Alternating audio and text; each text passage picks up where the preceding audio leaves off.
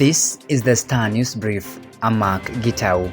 Top officials in former President Uhuru Kenyatta's administration could be in trouble over 6.3 billion shillings expenditure to buy shares that the Auditor General says are doubtful.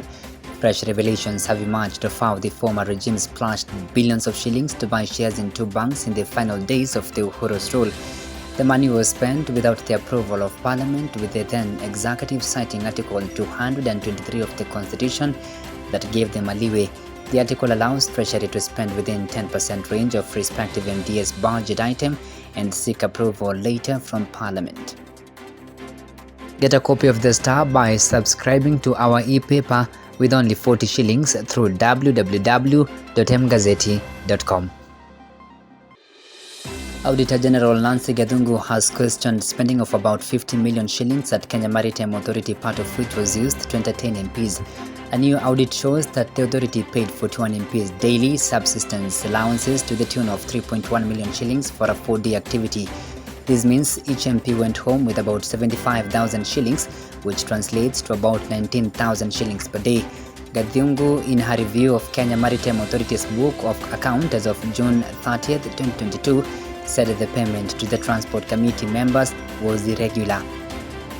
Europe remains the top destination for Kenyan cabinet secretaries, a new study by research firm TIFA reveals. The survey shows that out of the 203 foreign travels that CS has made in 2023, 48 were to Europe, accounting for 24%.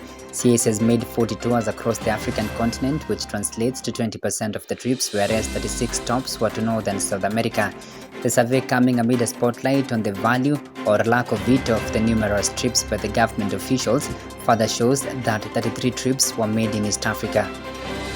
Some men in Kabete constituency in Kiambu County may have been forced to stay single after women reportedly rejected them. You may ask why. According to some of them who spoke to Second Lady Pastor Dorcas Gashagwa, women in the area considered some of them dirty and drunk. Simon Joge, 34, said he had tried to marry several times but failed due to his drinking habit.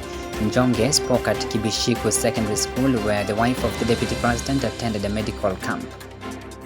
The cost of power in Kenya is expected to drop by 3.44 shillings on eased forex pressure after Kenya made significant payment of foreign currency exchange payments in January.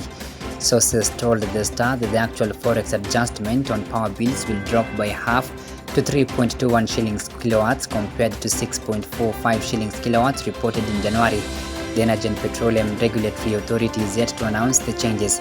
This is expected to see people at the bottom of the economic pyramid spending 0 to 30 kilowatts of power per month pay 23.60 shillings per kilowatt from 27 shillings in January. Get a copy of The Star by subscribing to our e-paper with only 40 shillings through www.mgazeti.com.